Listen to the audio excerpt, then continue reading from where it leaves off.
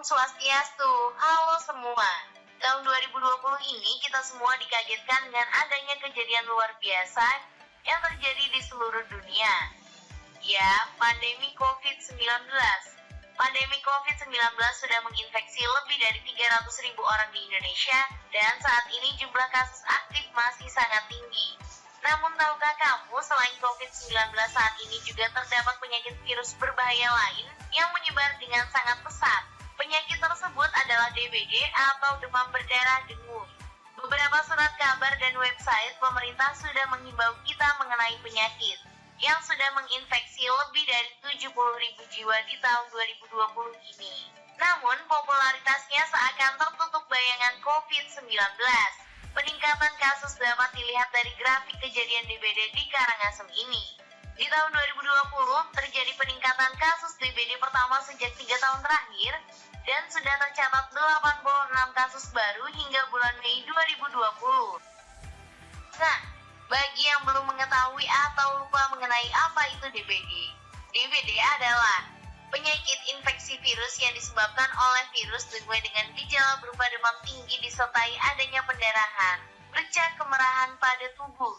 DBD merupakan penyakit yang sangat berbahaya dan fatal apabila tidak ditangani segera. WHO memperkirakan jumlah kasus DBD yang terjadi tiap tahunnya di seluruh dunia mencapai 96 juta jiwa, di mana Indonesia merupakan 5 besar penyumbang kasus DBD di dunia.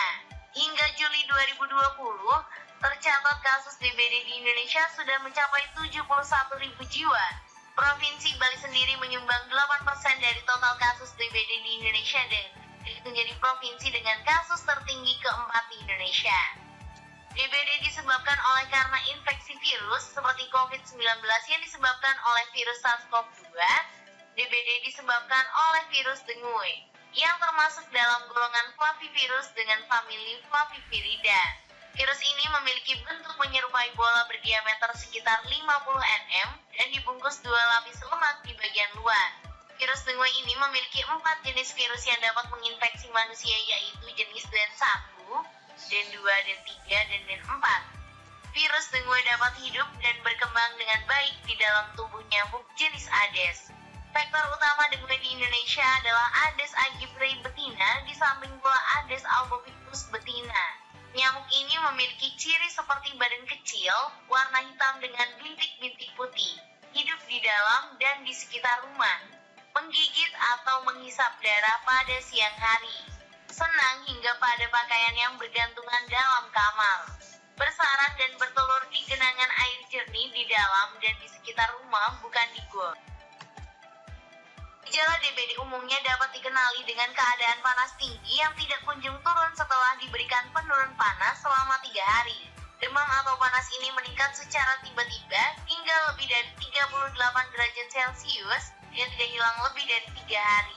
Kemudian gejala tambahannya bisa muncul nyeri otot, mudah lelah, sakit kepala, mual dan muntah, serta sakit perut dan diare. Diperlukan pemeriksaan lebih lanjut apabila terdapat gejala-gejala ini. Kita juga harus mengenali tanda-tanda bahaya pada DBD, seperti adanya bintik kemerahan pada seluruh badan, adanya gusi berdarah tanpa penyebab yang jelas, atau adanya muntah darah, buang air besar atau buang air kecil disertai darah. Apabila terdapat demam tinggi disertai salah satu tanda bahaya tersebut, jangan ragu untuk mengunjungi pusat pelayanan kesehatan terdekat untuk mendapatkan perawatan lebih lanjut. Berdasarkan pedoman Ikatan Dokter Indonesia, adapun tindakan pencegahan yang dapat kita lakukan dalam menurunkan infeksi DBD adalah dengan melakukan tindakan 3M+. 3M+ bertujuan untuk menurunkan populasi nyamuk vektor, sekaligus mencegah penyebar luasan DBD.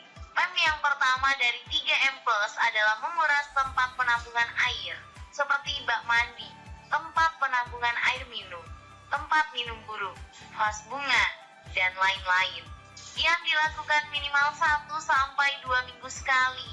Yang kedua adalah menutup tempat-tempat penampungan air, seperti drum, kendi, oren air, bak mandi, dan lain-lain, sehingga nyamuk tidak bisa meletakkan telur. yang ketiga ialah mengubur atau mendaur ulang tempat atau benda yang berpotensi menjadi sarang perkembangbiakan nyamuk, seperti botol minum bekas, tempat kosmetik bekas, maupun alat-alat mandi seperti cedok yang sudah tidak terpakai. Terdapat hal-hal yang dapat kita lakukan untuk mencegah penyebaran DBD di antaranya. Menggunakan kelambu, memakai lotion anti nyamuk dan spray anti nyamuk, tidak menggantung pakaian bekas yang basah, melakukan fogging secara berkala dan memelihara ikan pada kolam dan menebarkan abat untuk membasmi jentik. Dengan kegiatan 3M+, kita dapat mencegah penularan DBD bukan hanya untuk diri sendiri, namun juga untuk orang-orang di sekitar kita. Terima kasih sudah menonton.